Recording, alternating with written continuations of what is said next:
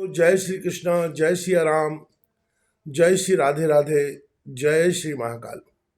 इस वीडियो में आपको श्रवण कराएंगे तुलसी को स्वप्न में शंखचूड़ के दर्शन और शंखचूड़ तथा तुलसी के विवाह के लिए ब्रह्मा जी का दोनों को उपदेश। भगवान नारायण कहते हैं, नारद, एक समय की बात है, वृषध्वज की कन्या तुलसी अत्यंत प्रसन्न होकर शयन कर रही थी।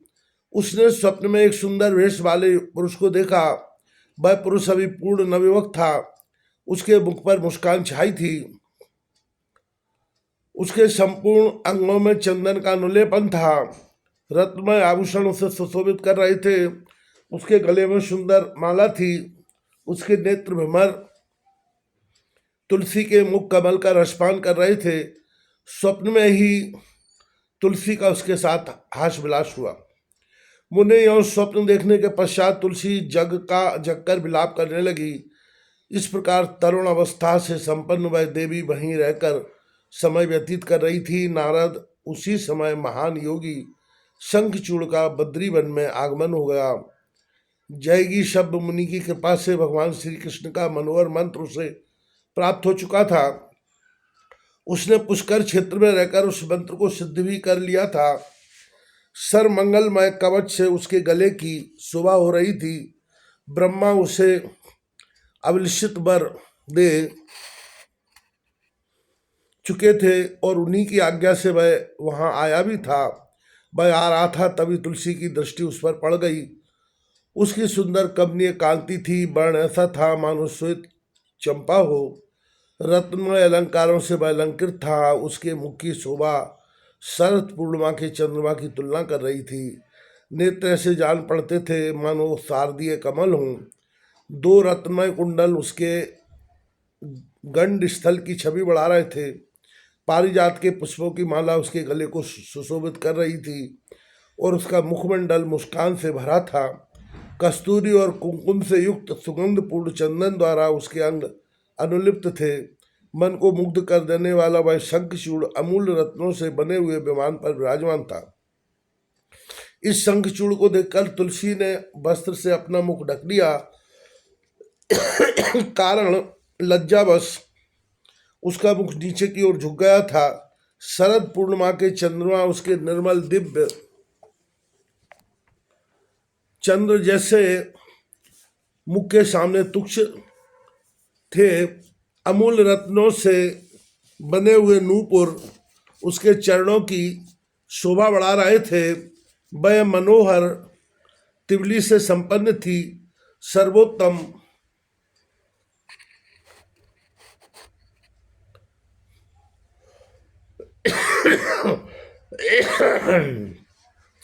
अमूल रत्न से बने हुए नूपुर उसके चरणों की शोभा बढ़ा रहे थे।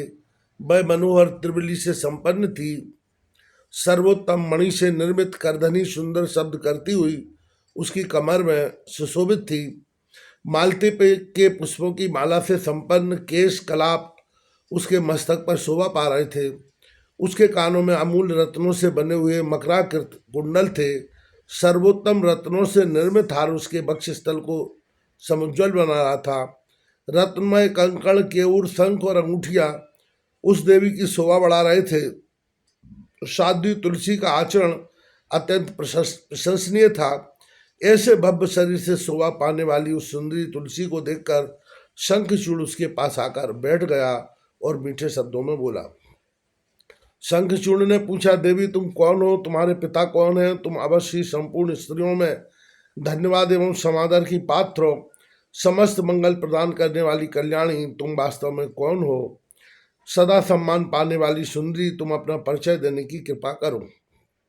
नारद, सुंदर नेत्रों से शोभा पाने वाली तुलसी ने शंखचूड़ के ऐसे वचन को सुनकर मुख नीचे की ओर झुकाकर उससे कहना आरंभ किया। तुलसी ने कहा, महाशय, मैं राजा धर्मध्वज की कन्या हूँ। तपस्या करने के विचार से इस तपोवन में ठहरी हुई हूँ। तुम कौन हो? तुम्हें आनंद पूर्वक यहाँ से पधार जाना चाहिए, क्योंकि उच्च कुल की किसी भी अकेली साध्वी कन्या के साथ एकांत में कोई भी कुलीन पुरुष बातचीत नहीं करता। ऐसा निश्चय मैंने श्रुतियों में सुना है। जो कलुषित कुल में उत्पन्न है तथा जिसे धर्मशास्त्र एवं श्रुति का अर्थ सुनने का कभी सुअवसर नहीं मिला, वह दुराचारी व्यक्ति ही कामी बनकर परिस्थिति की कामना करता है। स्त्री की मधुर वाणी में कोई सार नहीं रहता, वह सदा अभिमान में चूर रहती है। वह वस्तुतः विष से भरे हुए घड़े के समान है, परंतु उसका मुख ऐसा जान पड़ता है मानो सदा अमृत से भरा हो। संसार रूपी कारागार में जकड़ने के लिए वह शाकल है। स्त्री को इंद्रजाल स्वरूपा तथा स्वप्न के समान मिथ्या कहते हैं। बाहर से तो वह अत्यंत सुंदरता धारण करती है, परंतु उसके भीतर के अंग कुत्सित भाव से भरे रहते हैं। उसका शरीर विष्ठा, मूत्र, पी और मल आदि नाना प्रकार की दुर्गंध युक्त पूर्ण वस्तुओं का आधार है। रक्त रंजित तथा दोषपूर्ण यह शरीर कभी पवित्र नहीं रहता। सृष्टि की रचना के समय ब्रह्मा ने मायावी व्यक्तियों के लिए इस माया स्वरूपणी स्त्री का सृजन किया है। मोक्ष की इच्छा करने वाले पुरुषों के लिए यह विष का काम करती है, अतः मोक्ष चाहने वाले व्यक्ति उसे देखना भी नहीं चाहते। नारद शंखचूड़ से इस प्रकार कहकर तुलसी चुप हो गई।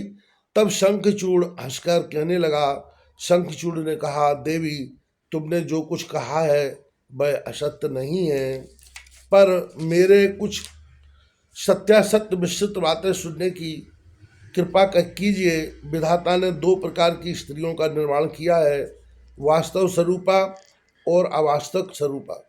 दोनों ही एक समान मनोहर होती हैं, पर एक को प्रशस्त कहते हैं और दूसरी को अप्रशस्त।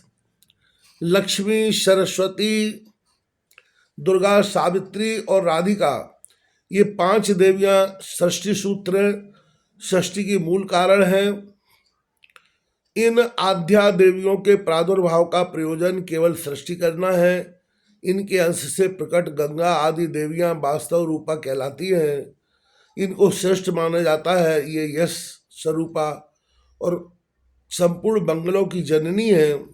शत्रुपा देवती, स्वधा, स्वाहा, दक्षिणा, छायावती, रोहिणी, बरुणानी, शची, कुबेर पत्नी, अदिति, दिति, लोपामुद्रा, अनसुया, कोटबी, तुलसी, अहिल्या, अरुंधति, मैना, तारा, मंदोदरी, दमयंती, वेदवती, गंगा, मनसा, पुष्टि, तुष्टि, स्मृति, मेधा, कालिका, वसुंधरा, षष्ठी, मंगलचंडी, धर्म पत्नी, मूर्ति, स्वस्ति, श्रद्धा, शांति, कांति, क्षमा, निद्रा, तंद्रा, क्षुधा, पिपाशा, संध्या, दिवा, रात्रि, संपत्ति, धृति, कीर्ति, क्रिया, शोभा, प्रभाव और शिवा स्त्री रूप में प्रकट ये देवियां प्रत्येक युग में उत्तम मानी जाती हैं।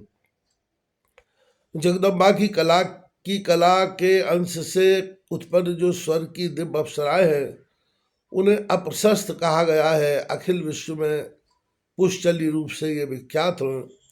स्त्रियों का जो सत्य प्रधान रूप है वही ठीक है, उसी को उत्तम माना जाता है। विश्व में इन साध्वी रूपा स्त्रियों की प्रशंसा की गई है। विद्वान पुरुष कहते हैं इन्हीं को वास्तव रूपा कहा जाता है। रजो रूप और तमो रूप भेद से कलाओं में अनेक प्रकार की स्त्रियां प्रसिद्ध है। रजोगुण का अंश जिनमें प्रधान है वे मध्यम श्रेणी की हैं, क्योंकि भोगों में उनकी नित्य स्पृहा बनी रहती है। सुख भोग के वशीभूत होकर वे सदा अपने कार्य में संलग्न रहती हैं। कपट और मोह वे दो दुर्गुण उनमें निवास करते हैं। कभी भी उनके द्वारा धर्म के अर्थ का यथार्थ पालन नहीं होता। अतः रजो प्रधान रूप स्त्री में साध्वीपन का आना संभव नहीं। विद्वान पुरुष से मध्यम रूपा बतलाते हैं।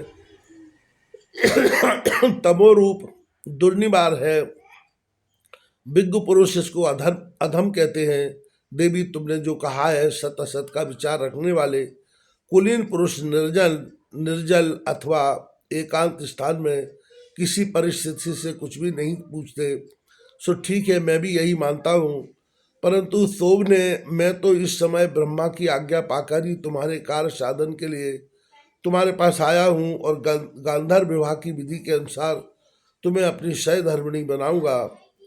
देवताओं में भगदड़ मचा देने वाला शंखचूड़ में हुई हूँ। धनुवंश में मेरी उत्पत्ति हुई है। विशेष बात तो यह है कि मैं पूर्व जन्म में श्री ब्रह्मा जी के साथ रहने वाला उन्हीं का अंश सुदामा नामक गोप था, जो सुप्रसिद्ध 8 गोप भगवान के स्वयं पार्षद थे। उनमें एक मैं ही था। देवी राधिका के शाप से इस समय में दानवेंद्र बना हूँ। भगवान श्री कृष्ण का मंत्र मुझे इष्ट है, अतः पूर्व जन्म की बातों को मैं जान जाता हूँ। तुम भी पूर्व जन्म में श्री कृष्ण के पास रहने वाली तुलसी थी। यह जानने की योग्यता तो तुम्हें भी प्राप्त है। तुम भी तो भारतवर्ष में उत्पन्न हुई हो। इसमें मुख्य कारण श्री राधिका का रोष ही है। मुनिवर जब इस प्रकार कहकर शंखचूड़ चुप हो गया, तब तुलसी कहने लगी। उस समय तुलसी का मन संतुष्ट था और उनके मुख पर मुस्कुराहट छाई थी। तुलसी ने कहा, कांत, इस प्रकार सद्विचार से संपन्न विज्ञ पुरुष ही विश्व में सदा प्रशंसित होते हैं। स्त्री का कर्तव्य है कि भाई ऐसे ही सत्पत्ति की निरंतर अभिलाषा करे। आप सद्विचार वाले पुरुष से इस समय में परास्त हो गई। निंदा का पात्र तथा अपवित्र तो वह पुरुष माना जाता है जिसे स्त्री ने जीत लिया हो। स्त्री जित मनुष्य की तो पितर, देवता तथा बांधव सभी निंदा करते हैं।